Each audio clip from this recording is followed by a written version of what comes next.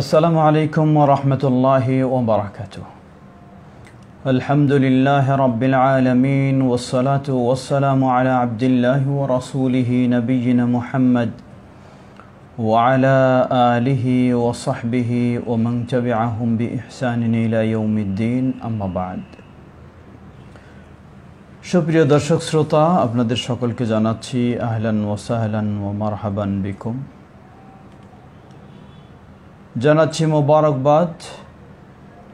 রমাদান মোবারকের ধারাবাহিক আমাদের এই প্রোগ্রামে আমরা গতকালকে বলেছিলাম শেষের দিকে,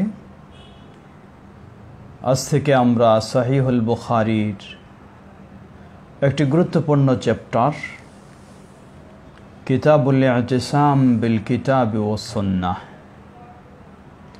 সেই চ্যাপ্টার থেকে আমরা এখন ধারাবাহিক দার্স নেব এবং সময় সুযোগ মতো আমাদের প্রশ্ন উত্তর পর্ব থাকবে ইনশাআল্লাহ। কারণ রমাদানের যে মৌলিক বিষয়গুলি তা আমরা কম বেশি জেনেছি, অবগত হয়েছি। এরপর সুযোগ মতো আবার বিভিন্ন সময়ে সেই প্রসঙ্গগুলিও কিছু আসবে ইনশাআল্লাহ। তবে আজ থেকে আমরা সহিহুল বুখারীর এই গুরুত্বপূর্ণ পর্বটি এই রমাদান মুবারকের মূল্যবান সময়গুলিতে দার্সে উপস্থাপন করতে চাই। আশা করছি ইনশাআল্লাহ আপনারা উপকৃত হবেন। আল্লাহ সবাইকে উপকৃত হওয়ার তৌফিক দান করুন।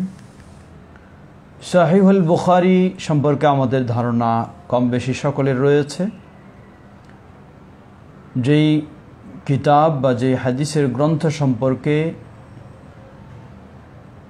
ইসলামী স্কলারগণ সকলেই এক বাক্যে স্বীকৃতি দিয়েছেন, আসাহুল কুতুবি বা'দা কিতাবিল্লাহি তাআলা আস-সহিহ লিল ইমাম আল বুখারী। আল্লাহ রাব্বুল আলামিনের কিতাবের পরেই অর্থাৎ কোরআনুল কারীমের পরেই সবচেয়ে নির্ভরযোগ্য, বিশুদ্ধ, গ্রহণযোগ্য গ্রন্থ হচ্ছে ইমাম আল বুখারী রাহিমাহুল্লাহর সংকলিত সহিহ আল বুখারী। সুপ্রিয় দর্শক শ্রোতা, সহিহুল বুখারী, ইমাম বুখারী আমরা সবাই চিনি, কম বেশি জানি। বিশেষ করে যারাই রাসূল সাল্লাল্লাহু আলাইহি ওয়াসাল্লামের হাদিসকে যত গুরুত্ব দিতে চাইবে তারাই ইমাম আল বুখারী রাহিমাহুল্লাহকে ততই জানবে।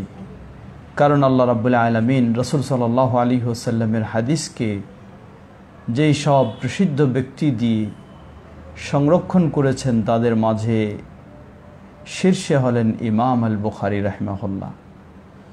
তাই ইমাম আল বুখারী রাহিমাহুল্লাহকে বলা হয় রাইসু ইমামুল মুহাদ্দিসিন। ইমামুল মুহাদ্দিসিন, মুহাদ্দিসদের জগতে ইমাম তিনি। ওয়া আমিরুল মুমিনিনা ফিল হাদিস, হাদিসের জগতে মুমিনদের তিনি হলেন আমির, মুমিনদের তিনি প্রধান। সুবহানাল্লাহ। তার নাম হচ্ছে আবু আবদুল্লাহ, উপনাম নাম হলো মুহাম্মদ বিন ইসমাইল বিন ইব্রাহিম আল বুখারী রাহিমাহুল্লাহ। মুহাম্মদ বিন ইসমাইল, মুহাম্মদ তার নাম, বাবার নাম হলো ইসমাইল। তিনি জন্ম লাভ করেন 194 হিজরিতে, অর্থাৎ প্রসিদ্ধ ইমাম আবু হানিফা রাহিমাহুল্লাহর বিদায়ের পরে ইমাম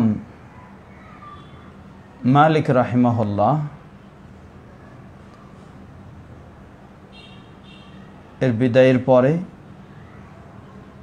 ইমাম শাফি রাহিমাহুল্লাহর সামান্য কিছু দিন পেয়েছিলেন, আর ইমাম আহমদ বিন হাম্বল রাহিমাহুল্লাহর বেশি দিন পেয়েছিলেন। ইন্তেকাল করেন 256 হিজরিতে। ইমাম আল বুখারী রাহিমাহুল্লাহর জীবনে নিয়ে আলোচনা আমাদের এই সময় সুযোগ নয়। আল্লাহ রাব্বুল আলামিন কি ধরনের তাকে পাণ্ডিত্য, কি ধরনের তাকে মেধাশক্তি, স্মৃতিশক্তি, ধৈর্য শক্তি দান করেছিলেন, আল্লাহু আকবার, বলার অপেক্ষা রাখে না।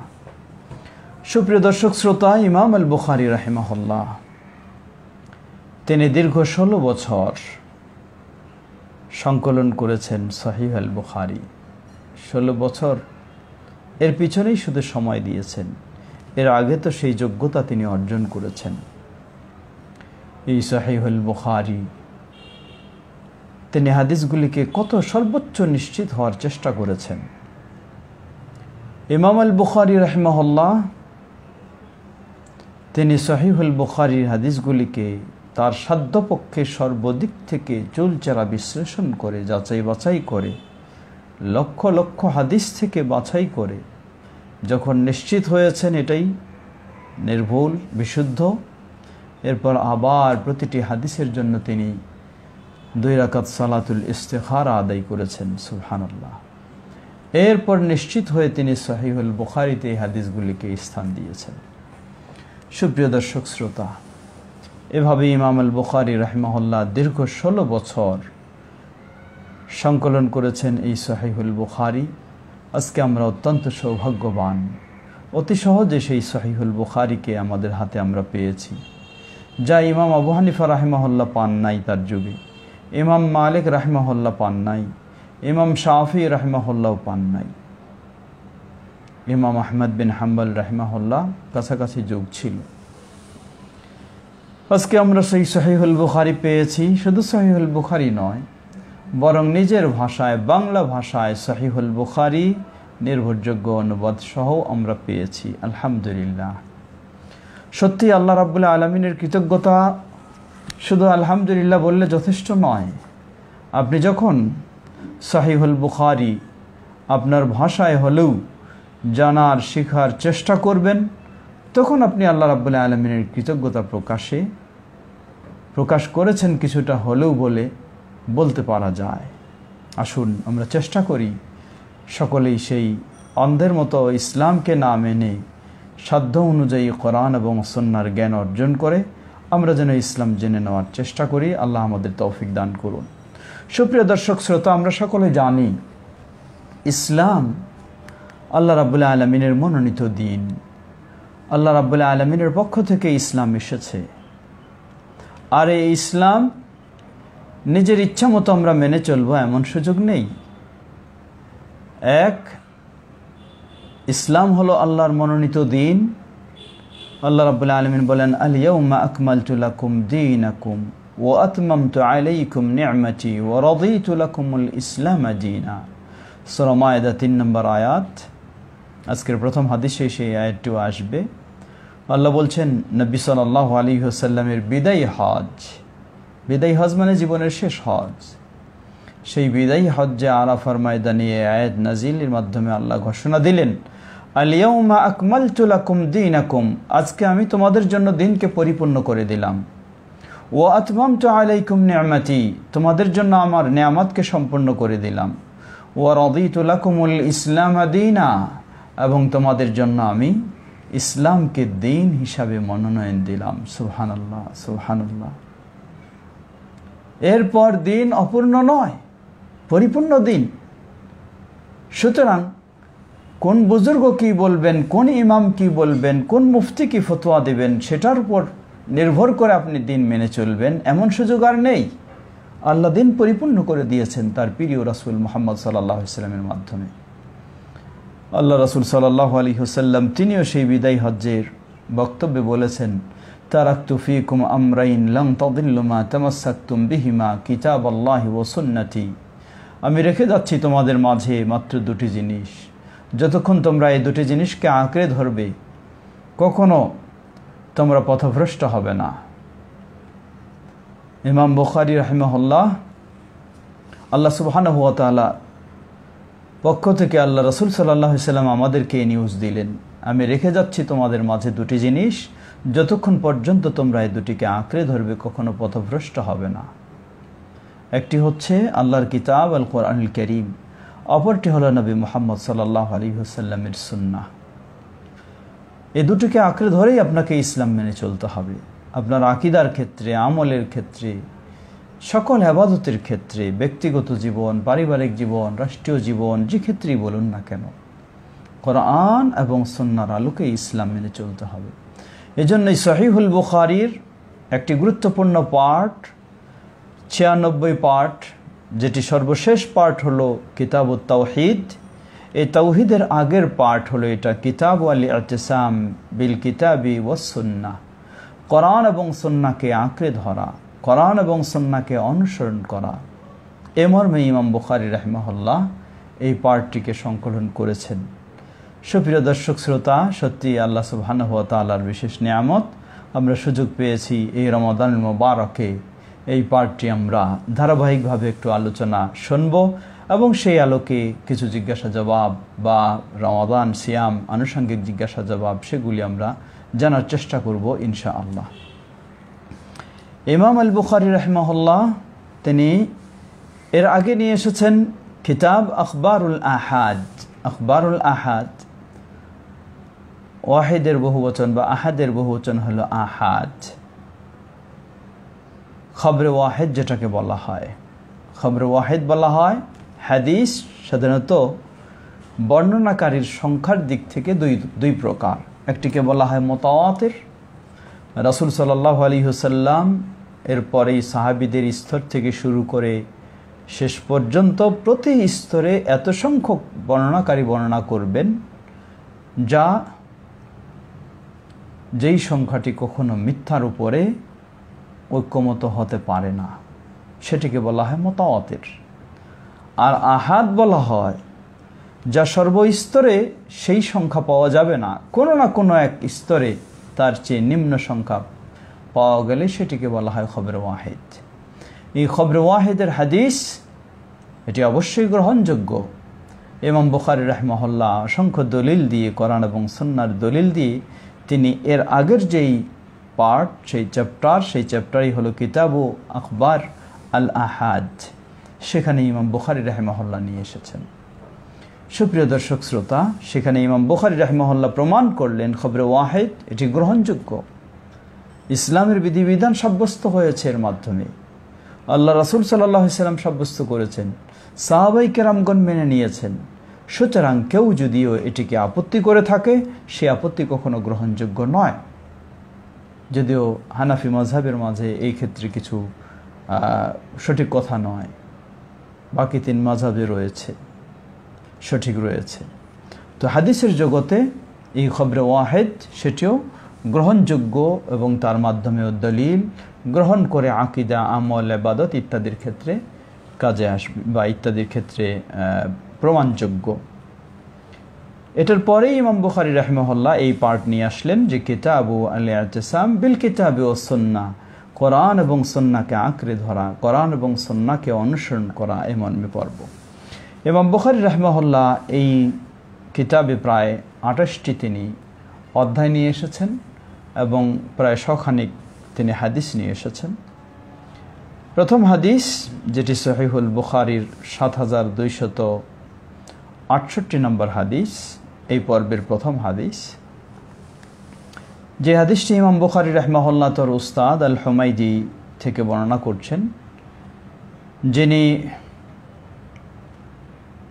তারিক বিন শিহাব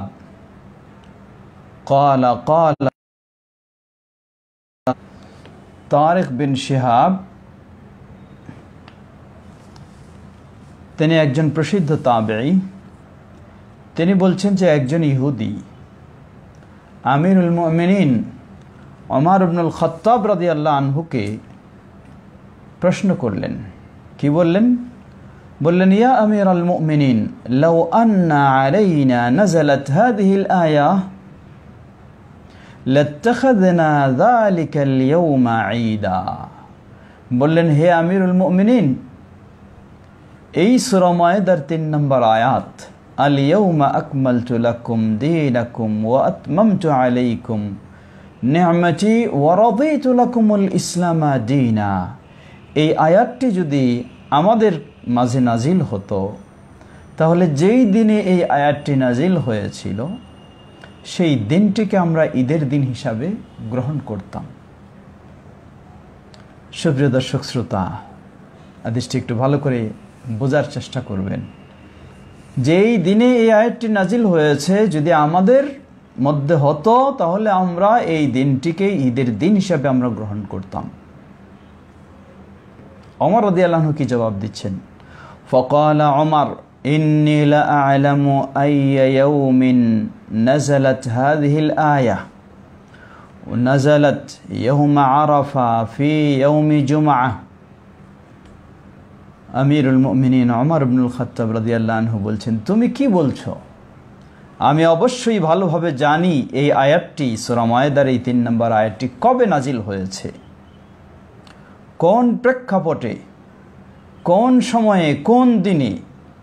নাযালাত ইয়াউমা আরাফা ফি ইয়াউমি জুমআহ, এই আয়াতটি নাজিল হয়েছে নবী সাল্লাল্লাহু আলাইহি ওয়াসাল্লামের বিদায় হজ্জে আরাফার দিবসে।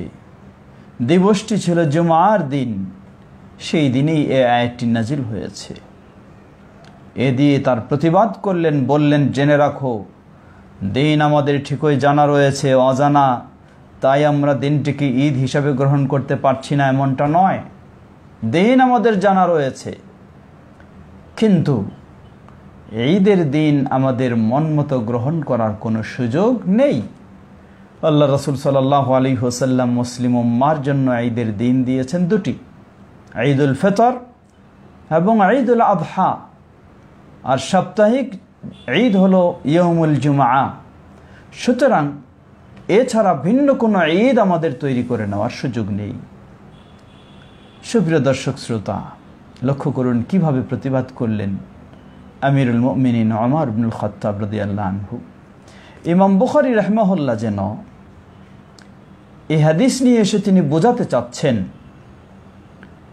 যে কিভাবে সাহাবায়ে কেরাম তারা ইসলামকে কোরআন এবং সুন্নাহর আলোকে আঁকড়ে ধরতেন। কেউ কোনো প্রস্তাব নিয়ে আসলে সেটাকে ইবাদত হিসাবে তারা কখনো গ্রহণ করতেন না। কোনো প্রস্তাব বা পরামর্শের মাধ্যমে কোনো ইবাদত তারা তৈরি করে ফেলতেন না। নবী মুহাম্মদ সাল্লাল্লাহু আলাইহি ওয়াসাল্লামের মাধ্যমে কিতাব এবং সুন্নাহর আলোকে যা পেয়েছেন তারা সেটাকেই ইসলামের ইবাদত হিসেবে গ্রহণ করতেন। এর বাইরে কিছু বৃদ্ধি করার সুযোগ ছিল না। সুপ্রিয় দর্শক শ্রোতা, সেই হাদিস আমাদেরকেও তাই শিক্ষা দিচ্ছে।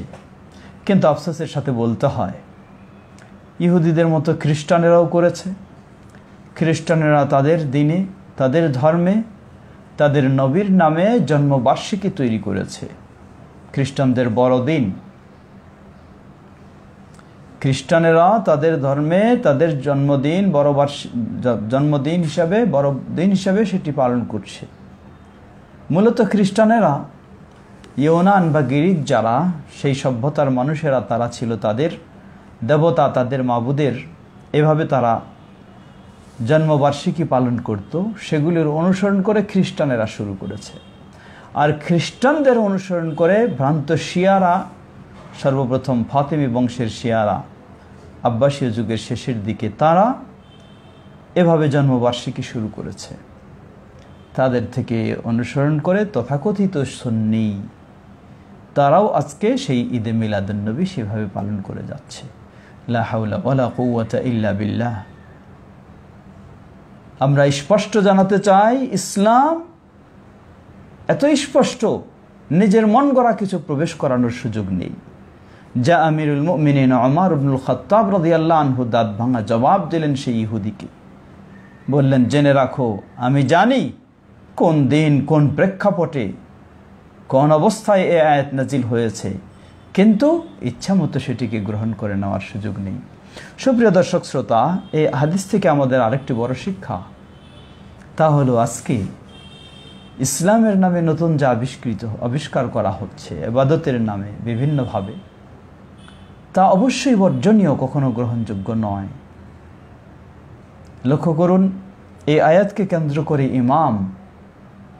ইমামু দারুল হিজরা, ইমামুল মদিনা, ইমাম মালিক বিন আনাস রাহিমাহুল্লাহ তিনি কি বলছেন?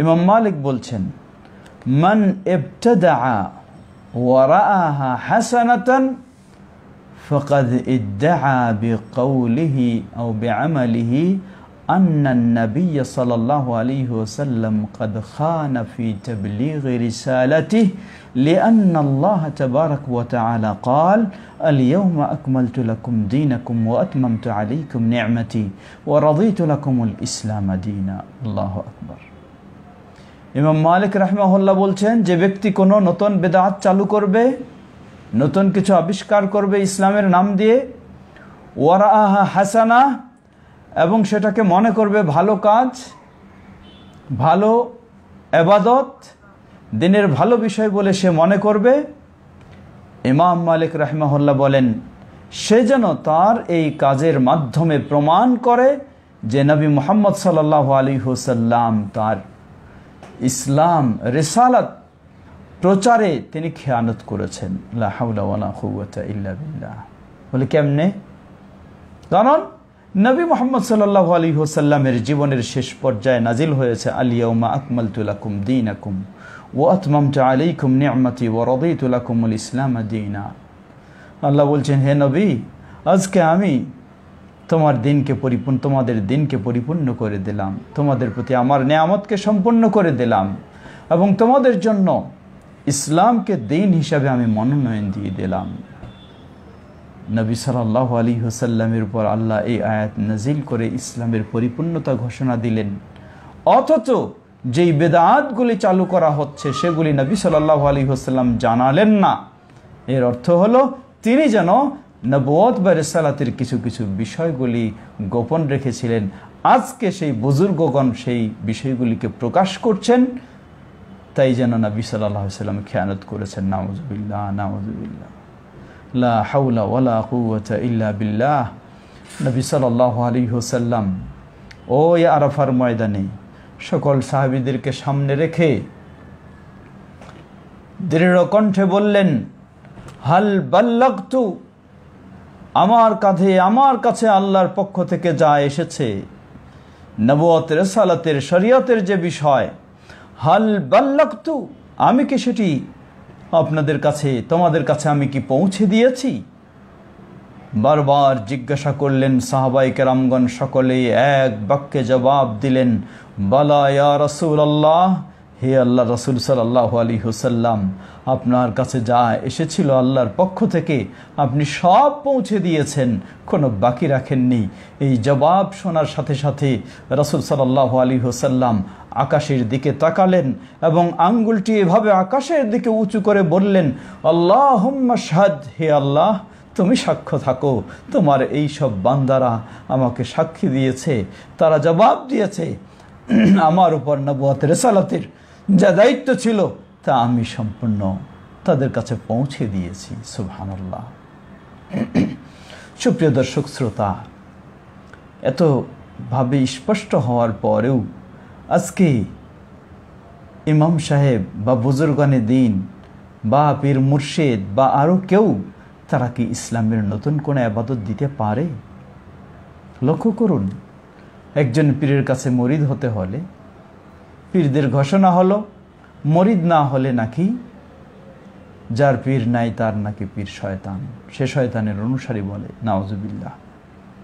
এই জন্য তারা অপরিহার্য কোনো পীরের মুরিদ হতে হবে। আর পীরের মুরিদ হতে হলে কিসের মাধ্যমে? যে কোনো একটি মন গড়া বানাওয়াটি তরিকার মাধ্যমে, হয় নকশবন্দিয়া তরিকা বা মুজাদ্দিদিয়া তরিকা বা কাদেরিয়া তরিকা বা সারওয়ারদার তরিকা বা সাবেরিয়া তরিকা, যে কোনো এক তরিকায়। লক্ষ্য করুন, কোনো সন্দেহ নেই এটি তো বেদাত অবশ্যই। আল্লাহ রাসূল সাল্লাল্লাহু আলাইহি ওয়াসাল্লাম ওই হাউজের সামনে দাঁড়িয়ে কি বলবেন? সুহকান সুহকান লিমান গায়্যারা বাদি, আমার রেখে যাওয়া দিনকে যারা এইভাবে বিকৃত করেছ, তোমরা দূর হয়ে যাও, এখানে হাউজের পানি পান করার তোমাদের সৌভাগ্য নেই, সুযোগ নেই। নবী মুহাম্মদ সাল্লাল্লাহু আলাইহি ওয়াসাল্লাম কি চিশতিয়া তরিকা দিয়েছেন? কাদেরিয়া দিয়ে গেছেন, নকশবন্দিয়া দিয়ে গেছেন, মুজাদ্দিদিয়া দিয়ে গেছেন, সাবেরিয়া দিয়ে গেছেন, যেই তরিকায় আজকে আপনি বায়াত নিচ্ছেন? লা হাওলা ওয়ালা কুওয়াতা ইল্লা বিল্লাহ। সেই পীর এবং পীরের মুরিদ কারোই নবী মুহাম্মদ সাল্লাল্লাহু আলাইহি ওয়াসাল্লামের হাউজের সামনে উপস্থিত হয়ে হাউজের পানি পান করার সৌভাগ্য হবে না ইনশাআল্লাহ। নবী মুহাম্মদ সাল্লাল্লাহু আলাইহি ওয়াসাল্লামের কথা সত্যই সত্য। যদি সেসব থেকে তওবা না করে। সুপ্রিয় দর্শক শ্রোতা, আল্লাহ রাসূল সাল্লাল্লাহু আলাইহি ওয়াসাল্লাম এর সব হাদিসগুলি দিয়েই ইমাম বুখারী রাহিমাহুল্লাহ বোঝাতে চাচ্ছেন, সুতরাং কোরআন এবং সুন্নাহকে আঁকড়ে ধরা ছাড়া ভিন্ন দিকে যাওয়ার কোনো সুযোগ নেই। দ্বিতীয় হাদিস, হাদিস নাম্বার ৭,২৬৯, এটি ফতহুল বারি শারহ সাহিহুল বুখারী এর নাম্বার হিসাবে। এই হাদিসটি বর্ণনা করছেন প্রসিদ্ধ সাহাবী আনাস বিন মালিক রাদিয়াল্লাহু তাআলা আনহু, যিনি নবী সাল্লাল্লাহু আলাইহি ওয়াসাল্লামের দীর্ঘ 10টি বছর সহ জীবনের শেষ মুহূর্ত পর্যন্ত তিনি পর্যবেক্ষণ করেছেন, তার সেবায় নিয়োজিত ছিলেন।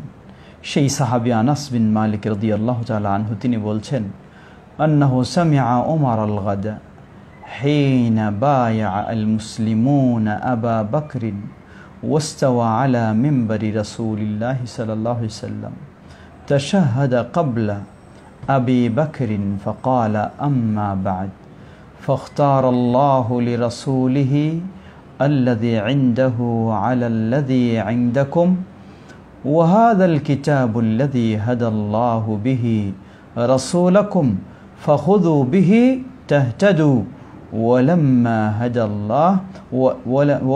هدى الله به رسوله। একটি গুরুত্বপূর্ণ হাদিস, যে হাদিস সাহাবী আনাস বিন মালিক রাদিয়াল্লাহু আনহু বলছেন। আনাস রাদিয়াল্লাহু আনহু বলছেন, তার জীবনে দুটি দিন, একটি দিন হলো সবচেয়ে আনন্দের দিন, আরেকটি দিন হলো সবচেয়ে ব্যথার দিন।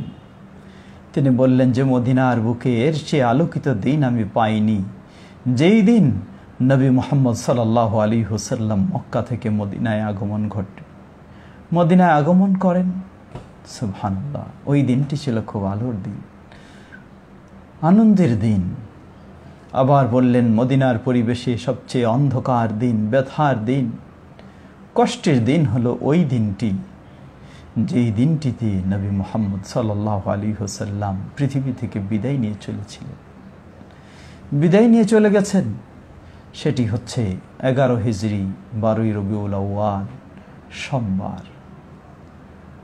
সেই দিনকে কেন্দ্র করে সংশ্লিষ্ট একটি বক্তব্য হলো এই হাদিস। আনাস রাদিয়াল্লাহু আনহু তিনি শুনেছেন ওমর রাদিয়াল্লাহু আনহুর কাছে। ওমর রাদিয়াল্লাহু আনহু প্রথম খুব কঠোর অবস্থানে ছিলেন। তিনি ভাবতেন, বিশ্বাস করতেন যে নবী সাল্লাল্লাহু আলাইহি ওয়াসাল্লাম ইন্তেকাল করেননি, মৃত্যুবরণ করেননি, তার ওয়াফাত হয়নি। যারা ওয়াফাত হয়েছে বলে মনে করতেন তাদেরকে তিনি কঠোরভাবে শাসাচ্ছিলেন।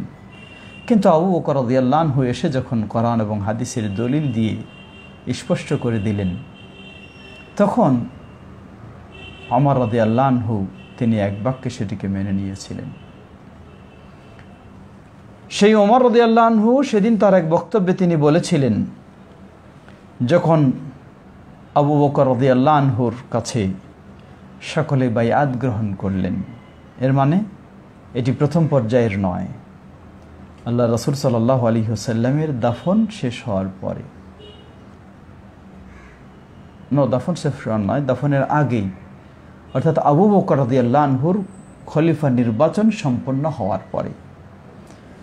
হিনা বায়আ আল মুসলিমুনা আবা বকরিন, মুসলমানেরা যখন ওমর রাদিয়াল্লাহু আনহু সহ আবু বকর রাদিয়াল্লাহু আনহুর বাইআত গ্রহণ করলেন, তিনি হলেন খলিফাতুল মুসলিমিন বাদা রাসূলিল্লাহি সাল্লাল্লাহু আলাইহি ওয়াসাল্লাম, রাসূল সাল্লামের পরেই।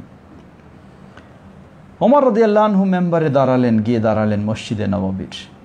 আবু বকর রাদিয়াল্লাহু আনহুর আগে তার এই বক্তব্য, তাশাহুদ পাঠ করলেন, অতঃপর বললেন, আম্মা বা'দ ফাখতারাল্লাহু লিরাসূলিহি আল্লাযী ইনদাহু আলাল্লাযী ইনদাকুম। বললেন, জেনে রাখো আল্লাহ সুবহানাহু ওয়া তাআলা তোমাদের কাছে না রেখে তার রাসূলকে তার কাছেই চয়ন করেছেন, তার কাছেই নিয়েছেন। সুবহানাল্লাহ, আল্লাহ রাব্বুল আলামিন তার রাসূলকে তোমাদের কাছে না রেখে তার কাছে নিয়েছেন, অর্থাৎ রাসূল সাল্লাল্লাহু আলাইহি ওয়াসাল্লাম আমাদের থেকে বিদায় নিয়ে চলে গেছেন। ওয়া হাযাল কিতাবুল্লাযী হাদাল্লাহু বিহি রাসূলাকুম ফাখুযু বিহি তাহতাদু। তোমরা কিভাবে হেদায়েতের উপরে থাকবে? বললেন, জেনে রাখো, হাদাল কিতাব আল্লাযী হাদাল্লাহু বিহি রাসূলাকুম, এই হলো সেই কিতাব যেই কিতাব দিয়ে আল্লাহ তার রাসূলকে হেদায়েত দিয়েছেন। তোমরা সেই কিতাবকে আঁকড়ে ধরো, তাহতাদু, তাহলেই তোমরা হেদায়েত প্রাপ্ত হবে। ওয়ালিমা হাদাল্লাহু বিহি রাসূলাহ, এটা দিয়েই তো আল্লাহ রাব্বুল আলামিন তার রাসূলকে হেদায়েত দিয়েছেন। এবং সেই সব কিছু তোমরা আঁকড়ে ধরো যা আল্লাহ সুবহানাহু ওয়া তাআলা যার মাধ্যমে তার রাসূলকে হেদায়েত দিয়েছেন। এক হলো হাদাল কিতাবুল্লাযী হাদাল্লাহু বিহি রাসূলাকুম ওয়ালিমা হাদাল্লাহু বিহি রাসূলাহ, দুটো জিনিস। এক হলো যা এই কিতাব, দ্বিতীয় হলো এছাড়া আরও যা যেগুলির মাধ্যমে আল্লাহ তার রাসূলকেও হেদায়েত দিয়েছেন। প্রথম অংশ দিয়ে বোঝা যাচ্ছে স্পষ্ট, তা হলো আল কোরআনুল কারীম। আর দ্বিতীয় অংশ দিয়ে আমরা বলতে পারি, বুঝতে পারি আল্লাহ রাব্বুল আলামিন রাসূল সাল্লাল্লাহু আলাইহি ওয়াসাল্লামকে আরও যা কিছু দিয়েছেন কোরআন ছাড়া। এজন্যই আল্লাহ রাসূল সাল্লাল্লাহু আলাইহি ওয়াসাল্লাম বলেন, উতিতু আল কিতাবা ওয়া মিথলাহু মা, আমাকে দেওয়া হয়েছে কিতাব আল কোরআনুল কারীম এবং দেওয়া হয়েছে অনুরূপ আরও কিছু। অর্থাৎ এক হলো কোরআনুল কারীম, অপরটি হলো রাসূল সাল্লাল্লাহু আলাইহি ওয়াসাল্লামের সুন্নাহ, রাসূল সাল্লাল্লাহু আলাইহি ওয়াসাল্লামের হাদিস। সুপ্রিয় দর্শক শ্রোতা, এই হাদিসটি অত্যন্ত একটি গুরুত্বপূর্ণ হাদিস, যে হাদিস থেকে আমরা সাধারণভাবে বুঝতে পারি যে কোরআন এবং হাদিসকে আঁকড়ে ধরার কথাই ওমর রাদিয়াল্লাহু আনহু বললেন। দ্বিতীয়, কেউ যদি আবার এই হাদিস দিয়ে বলতে চায় যেখানে স্পষ্টভাবে আল্লাহ রাব্বুল আলামিন কোরআনের কথা ওমর রাদিয়াল্লাহু আনহু বলেছেন, হাদিসের কথা স্পষ্ট বলেননি, আমরা তাকে বলতে পারি, ওমর রাদিয়াল্লাহু আনহু, তাকে কি আপনি চেনেন? যদি না চিনেন তাহলেই হয়তো এই কথা বলতে পারেন।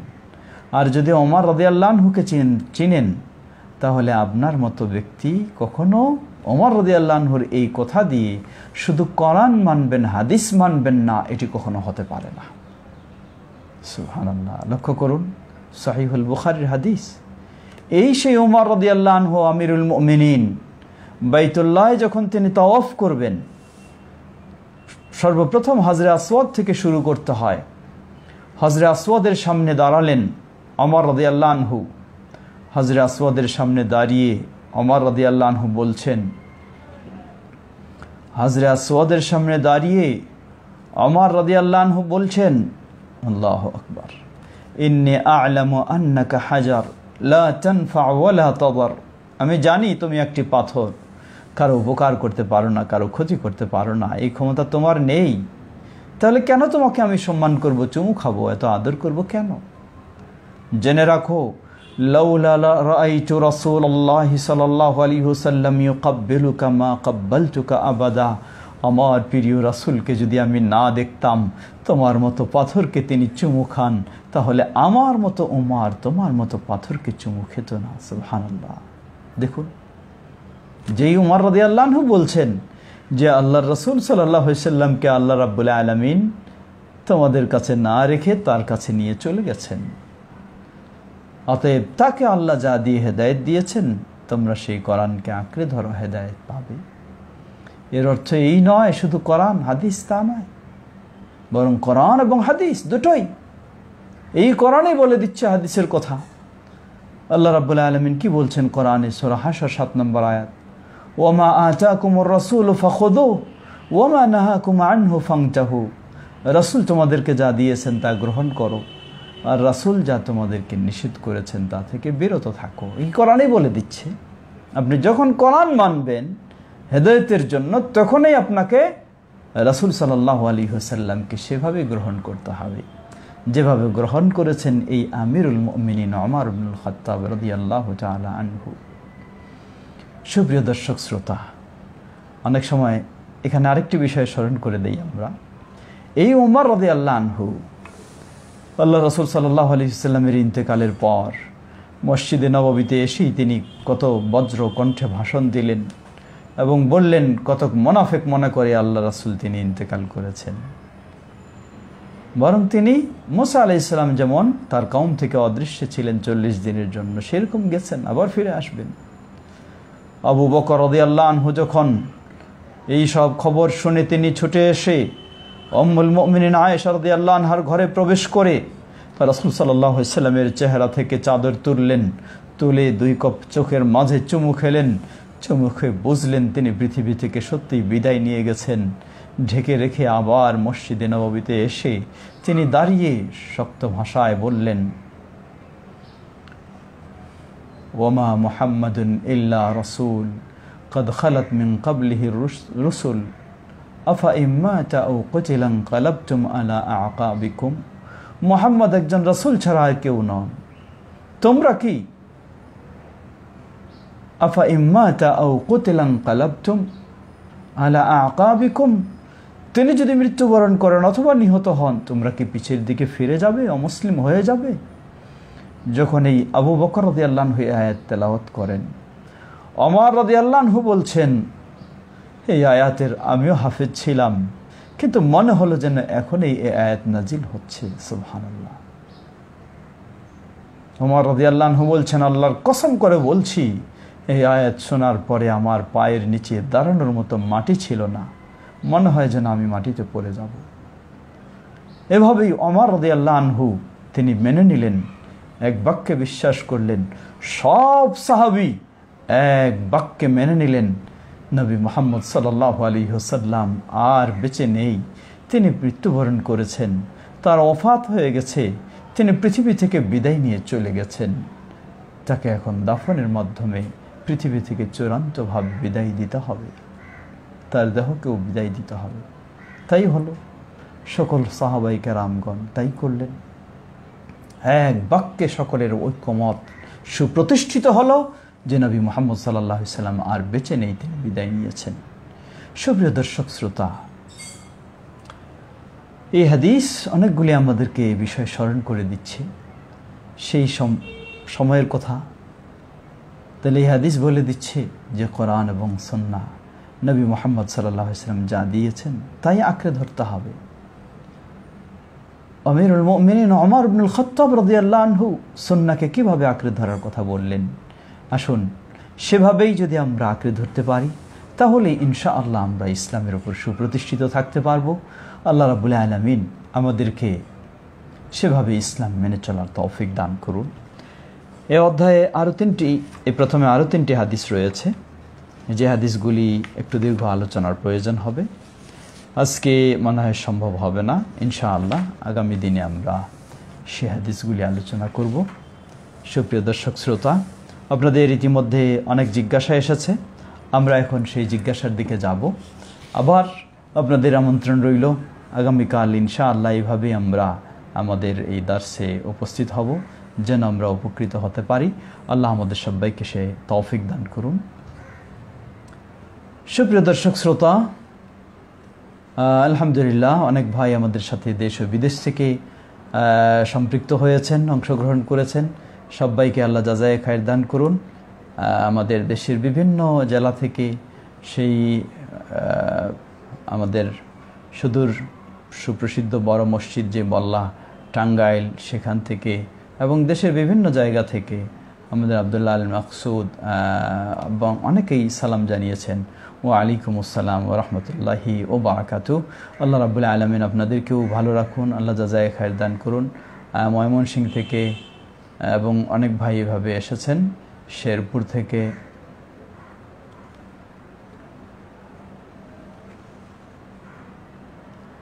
রাজশাহী থেকে, টাঙ্গাইল থেকে আমাদের ভাই ইলিয়াস নিয়মিত সব সময় অংশগ্রহণ করেন। জিজ্ঞাসা করেছেন আমাদের ভাই সোহেল রানা, তিনি প্রশ্ন করেছেন, আসসালামু আলাইকুম রহমতুল্লাহ। ওয়ালাইকুম আসসালাম রহমতুল্লাহ। তিনি আশা করি ভালো আছেন, আলহামদুলিল্লাহ, আল্লাহ রেখেছেন ভালো। প্রশ্ন করেছেন, সহিহ আকীদার মসজিদ থাকা সত্ত্বে বা পাশে হানাফি মসজিদ থাকা সত্ত্বে কি ভবনে রুমে জুমার সালাত আদায় করা যাবে? জবাব, না। জুমার সালাত কখনো রুমে নয়, ঘরে নয়। জুমার সালাত অবশ্যই আপনাকে জামে মসজিদে যেতে হবে। সেটি যদি সহিহ আকীদা থাকে আলহামদুলিল্লাহ, না হলেও যদি হানাফি মাযহাবের মসজিদ হয় সেখানেও আপনি যাবেন, যদি এর চেয়ে ভালো মসজিদ আপনি না পান। তবে কবর মাজারের মসজিদে যাবেন না। এখন প্রশ্ন, পার্শ্বের মসজিদ যদি কবর মাজারের হয় তাহলে কি জুমা পড়ব না? জবাব, অবশ্যই আপনাকে জুমা পড়তে হবে। আপনি সেই মসজিদ বাদ দিয়ে ভিন্ন মসজিদে যাবেন, কিন্তু বাড়িতে নয়। যদি একান্ত কোনো কারণে মসজিদে যেতেই না পারেন, অক্ষম হন, এই করোনা পরিস্থিতি বা ইত্যাদি আরও কোনো ভয়াবহ বা সমস্যার কারণে হয়, তাহলে আপনি বাসায় জোহরের সালাত আদায় করবেন, জুমার সালাত নয়। আমাদের ভাই দিনাজপুর থেকেও এসেছেন, আব্দুর রহমান লিটন ভাই দিনাজপুর থেকে। সোহেব মাহমুদ তিনি প্রশ্ন করেছেন,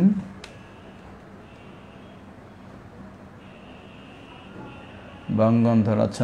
সোহেব মাহমুদ জবাব দিয়েছেন আরেক প্রশ্নের, বাঙ্গন ধরাচ্ছেন আপনাদের টাই সহি আর বাকি সব ভ্রান্ত। এই ধরনের ভ্রান্ত মানসিকতা থেকে আমাদের মুক্তি মিলবে কবে? প্রথম বলবো আমরা সোহেব মাহমুদকে, এখানে আপনার জবাব দেওয়াটা ভালো মনে করি না, কারোই নয়। এখানে কাউকে জবাব দেওয়ার জন্য আমরা আমন্ত্রণ জানাচ্ছি না। আপনার ভালো লাগলে আপনি শুনতে পারেন, না লাগলে আপনি আপনার কাজ করবেন, কিন্তু এখানে কেউ কাউকে প্রশ্নের জবাব দেবেন না। দ্বিতীয় বিষয় হলো, আপনি বলেছেন যে যিনি বলেছেন সহিহ আকীদার মসজিদ, তার আপনি প্রতিবাদ করেছেন। কেন আপনি প্রতিবাদ করলেন? আপনি কি এটুকু বুঝেন না, এটুকু জানেন না যে কোনো মসজিদ, বাংলাদেশে হাজারো মসজিদ রয়েছে, যেখানে গিয়ে যদি মসজিদে নববীর মতো আপনি আমিনের আওয়াজ করে সালাত আদায় করেন, আপনাকে মসজিদ থেকে বের করে দেওয়া হয়। কেন মসজিদ থেকে বের করে দেওয়া হয়? যদি সেটি সত্যিই মুসলিমদের মসজিদ হয়, মসজিদ থেকে বের করে দেওয়ার সুযোগ রয়েছে সেখানে। যদি সেটি সত্যিই সহিহ আকীদার হয়, তাহলে সেখান থেকে বুকে হাত বাঁধলে বা রাফউল ইয়াদাইন করলে মসজিদ থেকে বের করে দেওয়ার কোনো সুযোগ রয়েছে? কোথায় সেটি সহিহ আকীদা? এটি তো বিভ্রান্তি, এর চেয়ে বড় বিভ্রান্তি আর কি হতে পারে?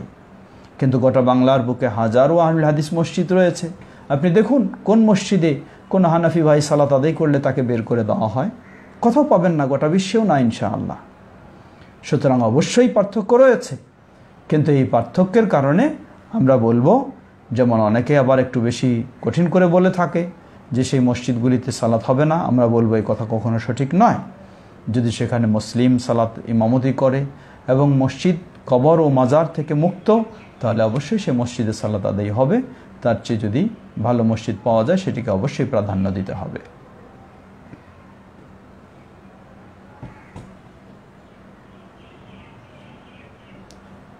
প্রশ্ন করেছেন আরিফ, শেখ ইমাম বুখারীর মৃত্যু ঘটনা জানতে চাই।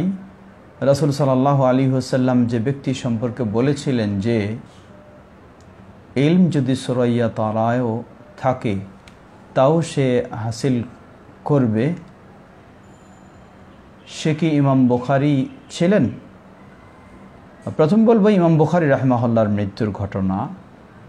ইমাম বুখারী রাহিমাহুল্লাহ যেখানে ছিলেন বাগদাদে, তাকে বিশেষ করে যারা ইমাম বুখারী রাহিমাহুল্লাহর এই বিজ্ঞতা বদান্যতা মেনে নিতে পারেনি, তারা বিভিন্নভাবে ইমাম বুখারী রাহিমাহুল্লাহর সাথে শত্রুতা করার চেষ্টা করেছেন। দীর্ঘ কথা এই বিষয়ে, বড় পরীক্ষা হয়েছে, ইমাম বুখারী রাহিমাহুল্লাহকে পরীক্ষা করা হয়েছে আসলে তিনি সত্যি মুহাদ্দিস কিনা। দীর্ঘ বিভিন্নভাবে পরীক্ষা করে আল্লাহর রহমতে তিনি সুপ্রতিষ্ঠিত হয়েছেন। যতটুকু ওনাকে অপমান করার চেষ্টা করা হয়েছিল, মানহানি করার, তত মান আল্লাহ রাব্বুল আলামিন ওনারা আরও বৃদ্ধি করেছেন সেই বাগদাদে। পরিশেষে সেই বাগদাদে সেই শাসকের এক প্রকার জুলুমের কারণে ইমাম বুখারী রাহিমাহুল্লাহকে সেখান থেকে বের হয়ে যেতে হয়। এভাবেই ইমাম বুখারী রাহিমাহুল্লাহর সামারকন্দে তিনি ইন্তেকাল করেন। অতএব আর এখানে যে তারকার কথা বলা হয়েছে, জিজ্ঞাসা করা হয়েছে, আল্লাহু আ'লাম, আমার জানা নেই যে ইমাম বুখারী রাহিমাহুল্লাহ সেটা কিনা। প্রশ্ন করেছেন আব্দুস সামি, দুটি প্রশ্ন, প্রশ্নটাকে বুঝে পড়ে উত্তর দেন।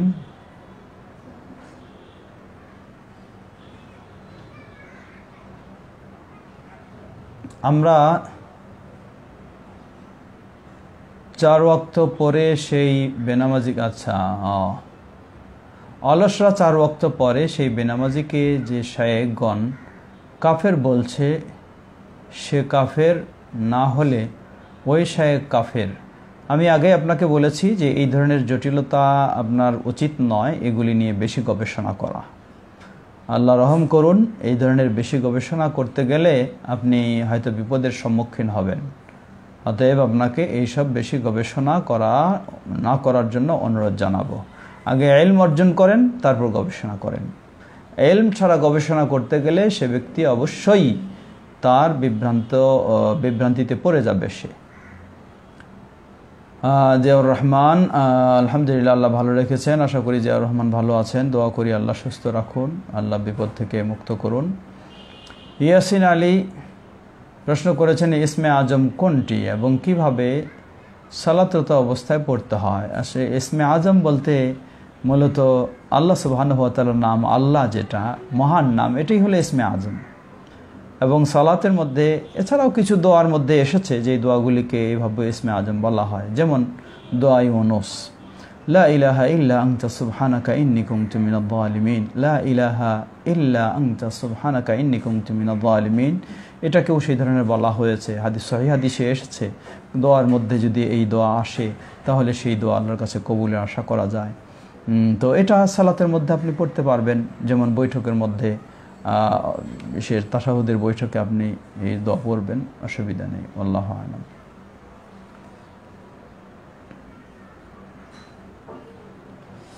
প্রশ্ন করেছেন, আপনি বলেছেন যার কাছে ইসলামের গন্ধ পৌঁছায়নি তাকে কাফের বলা যাবে না। আবার আপনি বলেছেন যে কবরে সিজদা দিল জানে না তাকে কাফের বলা যাবে না। তার কাছে ইসলামের গন্ধ তো পৌঁছেছে, আপনি এর সমাধান দেন। আসলে বেশি বুঝলে এরকমই ভুল বোঝা হয়। যার কাছে ইসলাম পৌঁছেনি সেটি ভিন্ন বিষয়। আর যে কবরে সিজদা দিচ্ছে তার কাছে ইসলাম পৌঁছেছে, কিন্তু তার কাছে ইসলাম পৌঁছেছে ভুল ইসলাম পৌঁছেছে। তার কাছে ইসলাম পৌঁছেনি নয়, তার কাছে ইসলাম পৌঁছেছে, কিন্তু তার কাছে সঠিক ইসলাম পৌঁছেনি। তার কাছে ইসলাম পৌঁছেছে যে ইসলামে কবরে সিজদা দেওয়াতে কোনো অসুবিধা নেই, এই ইসলাম তার কাছে পৌঁছেছে। যার কারণে তাকে এই সঠিক জ্ঞান দিতে হবে, তারপরে ব্যক্তি হিসাবে আপনি হুকুম দেবেন। আল্লাহু আ'লাম। রাজশাহী থেকেও আমাদের বেশ অনেক ভাই অংশগ্রহণ করেছেন।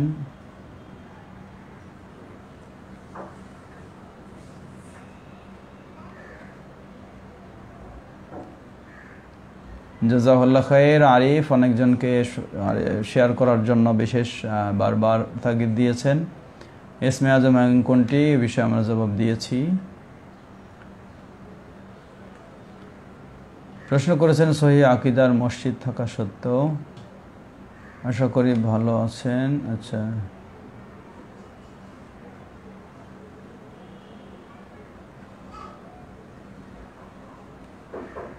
বোঝা যাচ্ছে না।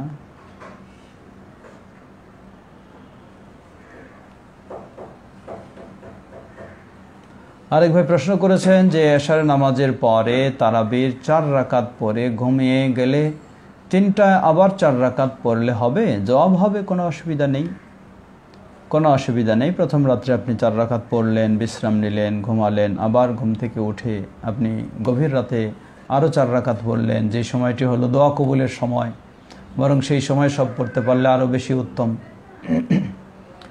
প্রশ্ন করেছেন সরওয়ার হোসাইন, পাটেরবাগ বাইতুল ফালাহ জামে মসজিদে আপনার উপস্থিতির অপেক্ষায় থাকে, অনেক দিন আসেন না। জাযাকাল্লাহ খায়র। আমাদের সরওয়ার হোসাইন আসলে যেতে ইচ্ছা হয়, সেখানকার ইমাম যে সাজেদ, সে বারবার ফোন করে যোগাযোগ করে, গতকালকেও সে কথা বলেছে। ইনশাআল্লাহ সুযোগ মতো যাব, আল্লাহ তৌফিক দিলে। আল্লাহ জাযায়ে খায়র দান করুক আগ্রহ প্রকাশের জন্য।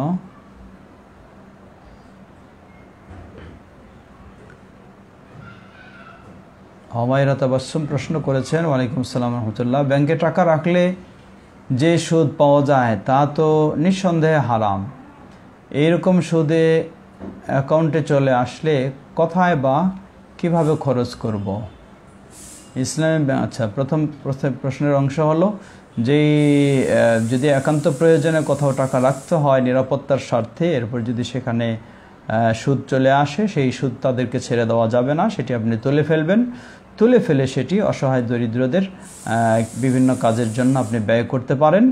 তাদেরকে খাওয়ার জন্য না দেওয়াই ভালো, বিভিন্ন কাজের ব্যয় করবেন, তবে এই ক্ষেত্রে আপনি কোনো সওয়াবের আশা করবেন না। দ্বিতীয় প্রশ্ন করেছেন, ইসলামী ব্যাংকগুলো বলে তারা শরিয়া মেনে চলে, কিন্তু বাস্তবে সাধারণ ব্যাংক ও ইসলামী ব্যাংকগুলোর মধ্যে পার্থক্য পাওয়া যায় না। এমন অবস্থায় কিভাবে ব্যাংকিং করা উচিত? জবাব, আপনার কথাটি কোনো কোনো ক্ষেত্রে বাস্তব, আবার কোনো কোনো ক্ষেত্রে বলবো আমরা যে তারা সব ব্যাংকেই সমান নয়। কোনো কোনো ব্যাংক তুলনামূলক ভালো, তারা বলে যে আমরা সুদমুক্ত হওয়ার চেষ্টা করছি, কিন্তু পরিবেশ পরিস্থিতির কারণে সম্ভব হচ্ছে না। আল্লাহু তাআলা আলাম। তো আমরা বলবো কমপক্ষে যারা একান্ত যদি কারো ব্যাংকিং লেনদেনের প্রয়োজন হয়, তাহলে তিনি যারা প্রকাশ্যে সুদের ঘোষণা দেয় তাদের কাছে অবশ্যই যেতে পারবে না। যারা বলে যে সুদ মুক্ত হওয়ার চেষ্টা করছি, আপনি তাদের কাছে যাবেন। আল্লাহু আ'লাম। একজন প্রশ্ন করেছেন, কেউ যদি কারোর সাথে প্রতিজ্ঞা ওয়াদা করে যে এসব ড্রেস অলংকার আর পরবে না, যদি এখন তার সাথে কোনো সম্পর্ক না থাকে, তাহলে কি সেসব পরতে পারবে?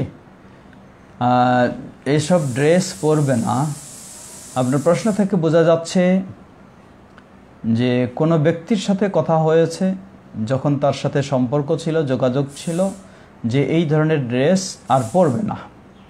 এখন তার সাথে যোগাযোগ নাই, তাই সেটি পরতে পারবে কি না। আল্লাহু তাআলা আ'লাম। আপনার প্রশ্নের জবাবে আমরা বলবো যে তার সাথে কি এই ধরনের কথা ছিল যে তার সাথে সম্পর্ক থাকা অবস্থায় পরবে না, অথবা সে অপছন্দ করে এই জন্য পরবে না। যদি ইত্যাদি কারণে হয়ে থাকে, তাহলে এখন যেহেতু তার সাথে সম্পর্ক নেই, ওই ড্রেসগুলি যদি বৈধ হয়, শরীয়তসম্মত হয়, হালাল হয়, তাহলে পরতে পারবে। আল্লাহু তাআলা আ'লাম। প্রশ্ন করেছেন এমডি রাকিবুল, আমরা বাজারের দোকানে আমার বাজারে দোকান আছে, সেখানে হানাফি মাদ্রাসা আছে, সেখানে দেরিতে আজান হয়, আমি কি সেখানে সালাত আদায় করব? দোকানে করব। সেখানে সালাতের পর সম্মিলিতভাবে মোনাজাত হয়, আমি তাদের সাথে কি মোনাজাত করব? না, করব না। জবাব, প্রথম হলো, যদি বাজারের পাশেই সে মসজিদ হয়, আপনার দোকানের পাশেই, তাহলে উচিত মসজিদে আপনি সালাত আদায় করবেন, এবং তারা বিলম্বে সালাত আদায় করলে জামায়াতের স্বার্থে আপনি সেখানে বিলম্বে সালাত আদায় করবেন, যদি সেই মসজিদ কবর ও মাজার না থাকে, শর্ত এটি। আর কবর মাজারের মসজিদ যদি হয়, তাহলে সেখানে সালাত আদায় জায়েজ হবে না। দ্বিতীয়, তারা সম্মিলিতভাবে যে মোনাজাত করে থাকে প্রচলিত রেওয়াজ অনুযায়ী, যা নবী সাল্লাল্লাহু আলাইহি ওয়াসাল্লামের সুন্নাহ নয়, তাই আপনি সেটি করবেন না, বরং সেই সময় নবী সাল্লাল্লাহু আলাইহি ওয়াসাল্লামের সুন্নাহ থেকে প্রমাণিত যে দোয়াগুলি, সেগুলি আপনি পাঠ করবেন। প্রশ্ন করেছেন মনির উদ্দিন রনি আমাদের কাছ থেকে, সরিটোলা থেকে, রোজা অবস্থায় যদি মাসিক হয়, তাহলে কি সিয়াম ছেড়ে দিবে? জবাব, হ্যাঁ, কারণ সিয়াম ভঙ্গের যেগুলি কারণ, সিয়াম অবস্থায় মাসিক দেখা দিলে সেই সিয়াম ভঙ্গ হয়ে যাবে। অতএব অবশ্যই সিয়াম ছেড়ে দিতে হবে, এবং যতক্ষণ না পবিত্র হয় ততক্ষণ পর্যন্ত সিয়াম আদায় করবে না, সালাত আদায় করবে না। পরিচ্ছন্ন হয়ে গেলে গোসল করে পবিত্র হয়ে তারপর সিয়াম শুরু করবে। আর বাকি সিয়াম যেগুলি ছুটে গেছে, সেগুলি রমজানের পরে কাজা আদায় করবে, আর মধ্যে যে সালাতগুলি ছুটে গেছে সেগুলির কোনো অসুবিধা নেই, আবার পড়তে হবে না। আমাদের আরেক ভাই রাকিবুল, তিনি প্রশ্ন করেছিলেন, তিনি ভারত থেকে আমাদের সাথে সম্পৃক্ত হয়েছেন, জাযাহুল্লাহ খায়ের। আমাদের আরেক ভাই প্রশ্ন করেছেন, বাদল ভাই, তিনি বলছেন যে আমার পাশের বিল্ডিং এ জামাতে সালাত আদায় করা হয়, ওখান থেকে আমার বাসায় কেরাত শোনা যায়, আমি কি এখন আমার বাসা থেকে তাদের সাথে জামাতে অংশগ্রহণ করতে পারবো? অবস্থানগতভাবে আমি ইমাম এর পিছনে অবস্থান করছি। জবাব, পাশের বাসায় সালাত আদায় হয়, সেটি কি কোনো মসজিদ? যদি মসজিদ হয়, তাহলে আপনি বলেছেন বাসা, সেই হিসেবে বোঝা যায় মসজিদ নয়, বাসা। তাহলে সেই বাসায় যদি সালাত হয় এবং তার সাথেই যদি আপনার বাসা লাগানো থাকে, তাহলে আপনি আপনার বাসা থেকে কেরাত শুনতে পারলে ইক্তেদা করতে পারেন। তবে লক্ষণীয় হলো সেই বাসায় যদি সহজে যাওয়ার ব্যবস্থা থাকে, তাহলে সেখানের যে জায়গায় সালাত হচ্ছে সেখানে পিছনে খালি অংশ আগে পূরণ করে তারপর যদি সেটি পূর্ণ হয়ে যায়, সেই হিসাবে একাধারে আপনার বাসায় এসে যায়, তাহলে কোনো অসুবিধা নেই, সেটি আরও সমস্যা মুক্ত। আল্লাহ তাআলা আ'লাম। প্রশ্ন করেছেন আমাদের ভাই জাহাঙ্গীর আলম, সাপ্তাহিক আরাফাত পত্রিকা চালু আছে কি? আপনার পিএইচডি এর থিসিস কি এই মাসে বই আকারে পাওয়া যাবে? প্রথম প্রশ্ন হলো, হ্যাঁ, সাপ্তাহিক আরাফাত এবং মাসিক তরজমানের হাদিস বাংলাদেশ জমিয়তুল হাদিসের পত্রিকা দুটি চালু রয়েছে। হয়তো লকডাউনের কারণে যথাসময়ে আপনার কাছে পৌঁছছে না, এমনটাও হতে পারে। দ্বিতীয় হলো পিএইচডি থিসিস, ইনশাআল্লাহ হয়তো কাছাকাছি সময় পাবেন। এখন লকডাউন পরিস্থিতির কারণে হয়তো একটু বিলম্ব হতে পারে, তবে ইনশাআল্লাহ কাছাকাছি পাবেন। জহির তিনি প্রশ্ন করেছেন, ওয়ালাইকুম আসসালাম রহমতুল্লাহ, গলায় কোরআন শুনতে চান। আচ্ছা, তিনি বলেছেন যে আমার কাছে কোরআন শুনতে চান। জাযাকাল্লাহ খাইর, বারাকাল্লাহ ফিক। আমাদের ভাই জাহাঙ্গীর আলম তিনি এক প্রশ্ন করেছেন, নবীর জীবনী কোন বই আমরা পড়ব? নবী সাল্লাল্লাহু আলাইহি ওয়াসাল্লাম জীবনী জানার জন্য আপনি গুরুত্বপূর্ণ নির্ভরযোগ্য বাংলা ভাষায় অনুবাদ হয়েছে, যেটি আর রাহিকুল মাখতুম, আল্লামা সফিউর রহমান মুবারকপুরি রাহিমাহুল্লাহ আর রাহিকুল মাখতুম, সেটি বাংলা ভাষায় পাওয়া যায়। আপনি সে বই সংগ্রহ করে রাসূল সাল্লাল্লাহু আলাইহি ওয়াসাল্লামের জীবনী জানার চেষ্টা করবেন। প্রশ্ন করেছেন তালেব খান, সালাম রহমতুল্লাহ বারাকাতুহু। আমি জানতে পারলাম যে আপনার বাড়ি ঠাকুরগাঁ এবং উত্তরবঙ্গে এবং আমার বাড়ি দিনাজপুর। আমার একটা ব্যক্তিগত প্রশ্ন যে কিছুদিন যাবৎ তারা দিয়ে বেরাচ্ছে,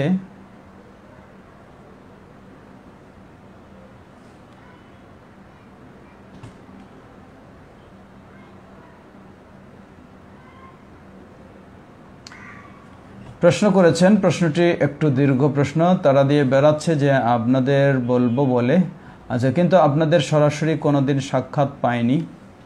কিছুদিন আগে আমি আত্তাকুয়া মসজিদে দিয়েছিলাম, কিন্তু আপনার প্রোগ্রাম ছিল পরের দিন, আমি আপনার সাথে সাক্ষাৎ করতে পারিনি, আর পরদিন আমার ডিউটি ছিল।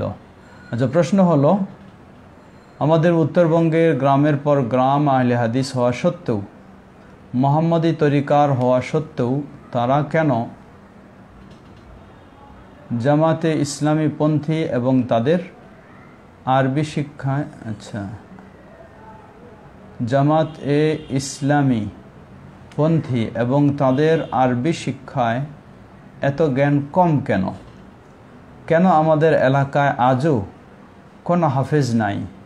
আমাদের এলাকায় ইসলামী শিক্ষায় শিক্ষিত করার জন্য একজন বৃহত্তর দিনাজপুরের বাসিন্দা হিসেবে আপনি কি আমাদের পরামর্শ দিতে পারেন? ধন্যবাদ আপনাকে। আমাদের ভাই বাদল ভাই দীর্ঘ প্রশ্ন করেছেন, তালেব খান প্রশ্ন করেছেন। আপনাকে প্রথম বলবো যে হ্যাঁ, আমার বাড়ি হচ্ছে ঠাকুরগাঁ সদরে। আপনাকে বলবো যে আলহামদুলিল্লাহ আমাদের সেদিকে পর্যাপ্ত পরিমাণে মাদ্রাসার ব্যবস্থা হচ্ছে এবং হয়েছে। বিশেষ করে ঠাকুরগাঁয় আমার তত্ত্বাবধানে এবং আমার ছোট ভাই আসাদুল্লাহ খান মাদানী সেখানে প্রিন্সিপালের দায়িত্বে রয়েছে, এবং আমার বড় ভাই এবং আবার অনেক এলাকার সবারই মিলেই সেখানে ঠাকুরগাঁ জেলা জমিয়তের তত্ত্বাবধানেও একটি বড় মাদ্রাসাতুল হুদা আল ইসলামিয়া সালাফিয়া, প্রায় সেই মাদ্রাসায় 1000-এর মতো ছাত্রছাত্রী। আলহামদুলিল্লাহ এটি একদম হাই রোডের উপরেই, ঠাকুরগাঁ থেকে বালিডেঙ্গি রোড যাওয়ার পথে। আপনি সেখানেও সুযোগ হলে ভিজিটে যাবেন। আর আপনার দিনাজপুরেও আলহামদুলিল্লাহ বেশ কিছু মাদ্রাসা রয়েছে, এবং গত মাসে মার্চেও আমরা দিনাজপুরেও একটি বড় মাদ্রাসা আবার নতুন হতে যাচ্ছে, সেটি বিরলে, সেটিরও আমরা ভিত্তি স্থাপন করে এসেছি। এইভাবে শিক্ষা চলছে আলহামদুলিল্লাহ, এবং আরও চলবে। তবে আপনিও আশা করি আমাদের সাথে যোগাযোগ রেখে এই সমস্ত শিক্ষা কার্যক্রমে সহযোগিতা দেওয়ার চেষ্টা করবেন, তারা আরও সুন্দর হবে ইনশাআল্লাহ। আল্লাহ আপনার সুন্দর চিন্তার জন্য জাযায়ে খায়র দান করুন। আর যেটি বলেছেন জামাতে ইসলামী, না, কখনো আহলুল হাদিস প্রকৃত যারা, তারা কখনো জামাত ইসলামী চিন্তায় পরিপূর্ণভাবে একাত্মতা ঘোষণা করতে পারে না। আল্লাহু তাআলা আ'লাম। আজকে আমরা আর দীর্ঘ না করে এখানে শেষ করতে চাই, আমাদের সময় প্রায় শেষের দিকে। যাদের প্রশ্নগুলি দিতে পারিনি আমরা, আপনারা ইনশাআল্লাহ আগামীকালকে আপনারা চেষ্টা করবেন আপনাদের প্রশ্ন অংশ। সর্বশেষ প্রশ্ন একটু, ইমাম কি বেতের সালাতে দোয়া কুনুতের পাশাপাশি অন্যান্য দোয়া পড়া যাবে কি? জবাব, হ্যাঁ, ইমাম বেতের সালাতের দোয়া কুনুতের পরে কোরআন এবং সুন্নাহ থেকে কিছু দোয়া, সংক্ষিপ্ত দীর্ঘ নয়, পড়তে পারে, অসুবিধা নেই। আল্লাহু তাআলা আ'লাম। আজকে আমরা এখানে শেষ করছি। এতক্ষণ যাবত আপনাদের সকলের অংশগ্রহণের জন্য দোয়া করছি। আল্লাহ সবাইকে জাযায়ে খায়ের দান করুন। আমাদের যে সুন্দর দারসুল হাদিস, যেটি সহিহুল বুখারী থেকে ধারাবাহিকভাবে কিতাব আল ইতিসাম বিল কিতাব ওয়াস সুন্নাহ, কোরআন সুন্নাহ অনুসরণ বা আঁকড়ে ধরা, এই পর্বটি নিয়ে আমরা ধারাবাহিক দার্স চলতে থাকবে ইনশাআল্লাহ। আল্লাহ আমাদের সবাইকে দার্স থেকে উপকৃত হওয়ার তৌফিক দান করুন। আল্লাহ আমাদের সবাইকে তার দিনের পথে চলার তৌফিক দান করুন। কোরআন এবং সুন্নাহ অনুযায়ী ইসলাম জেনে মেনে যেন চলতে পারি, আল্লাহ আমাদের যেন সহজ করে দিন। আমাদের মাঝে উপস্থিত অনুপস্থিত সকল অসুস্থদেরকে আল্লাহ পরিপূর্ণ সুস্থতা দান করুন। যারা বিদায় নিয়ে চলে গেছেন সেই মুসলিমদের ভুল ত্রুটি ক্ষমা করে আল্লাহ তাদেরকে জান্নাতুল ফেরদাউস নসিব করুন।